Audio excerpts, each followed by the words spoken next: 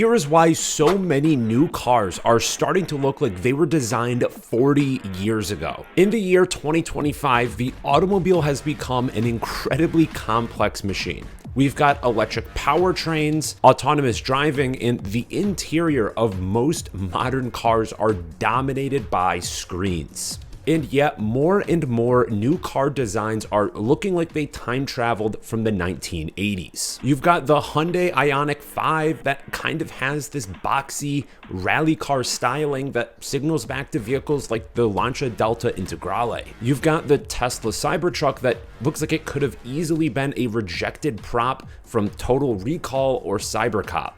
We've also just got a ton of different automakers coming out with various concept cars that all feature this retro yet futuristic design. So that kind of begs the question, why are we looking to the past for the future design of our vehicles? So today we are going to be diving into retro-futurism, what it is, why it's happening now, and what it might mean for the future of automotive design. So really at its core, retrofuturism is when designers look to the past to figure out what the future should look like. And this isn't just simply copying an old design. It is taking it as inspiration and reinterpreting it with modern tools and materials to bring that idea into the current age. It's a lot like watching some of those sci-fi movies from the 1980s and kind of asking yourself, what if we actually built this today? And you see this happening all over the place, from architecture to appliances to electronics, but what we are focused on today is automotive design. So for the reasons why this is becoming so popular, it's kind of a mix between nostalgia and optimism. Specifically for cars, a lot of the design elements that are now being pulled into the modern era come from a time when cars were a lot more analog. Think of boxy shapes, straight lines, and hard angles. This type of design is clean, it's confident, and it somehow feels familiar even when it is being used on a new car. And that sense of familiarity is really important because retrofuturism is not just purely for the aesthetic, it's also kind of meant to elicit an emotional response. It kind of taps into what a prior conception of the future may have looked like and makes that dream kind of come true in the present day. And from the automaker's perspective, building a car like this is kind of a bold statement, building something that is going to be so recognizable, and it kind of shows that they stand for something. Probably the best modern day example of this is that Hyundai Ioniq 5 that we mentioned in the intro. Just about every single square inch of this car personifies this design aesthetic.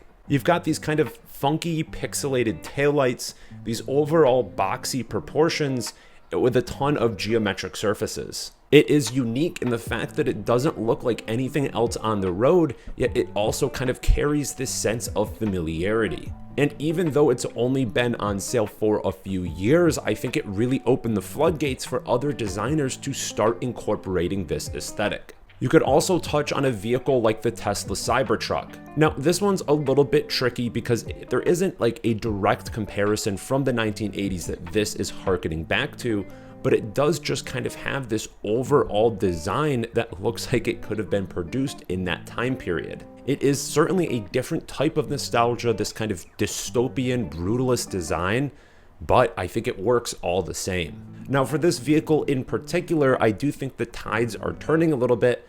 At launch, when it was announced, everybody was incredibly excited about the Cybertruck. Now that they are actually on sale and people are seeing them in the wild, combined with some of Elon Musk's antics, I don't think people are quite as receptive to them. But regardless, coming out with a design like this does create an incredible amount of hype and an incredible amount of attention for the automaker. Potentially on the complete opposite side of the spectrum is a vehicle like the Volkswagen Buzz, where this car is leaning very heavily into the warm, fuzzy nostalgia feeling that people have for the old Volkswagen buses, and essentially bringing that design into 2025 in the form of a modern, relatively futuristic car.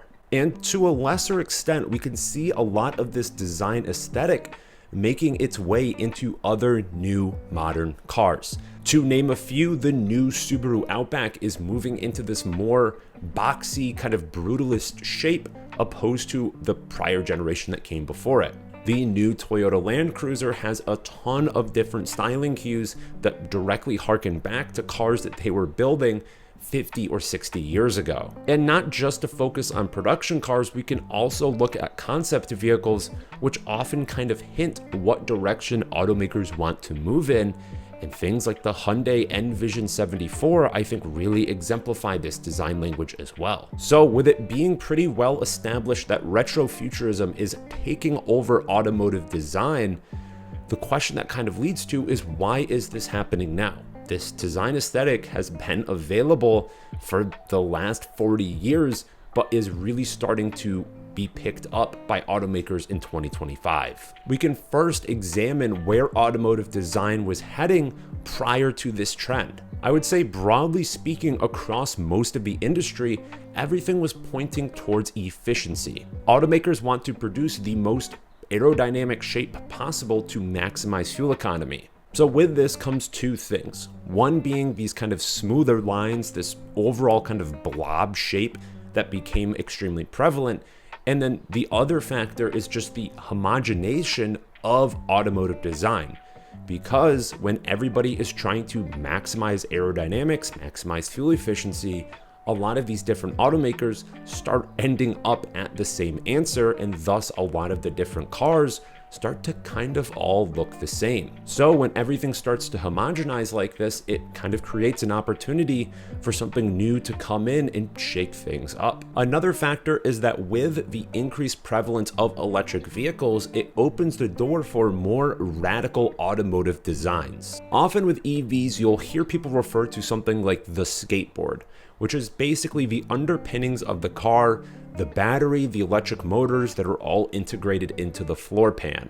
Oftentimes, this skateboard is shared across multiple different cars, and it gives automakers a lot more flexibility when they don't have to deal with things like an engine, a transmission, other drivetrain components. It frees up automotive designers to take a lot bigger swings. And the other factor is that we as a culture are constantly stuck in this loop of nostalgia. You look at things like fashion and music, a lot of the trends from the 1980s and the 1990s have become incredibly popular now.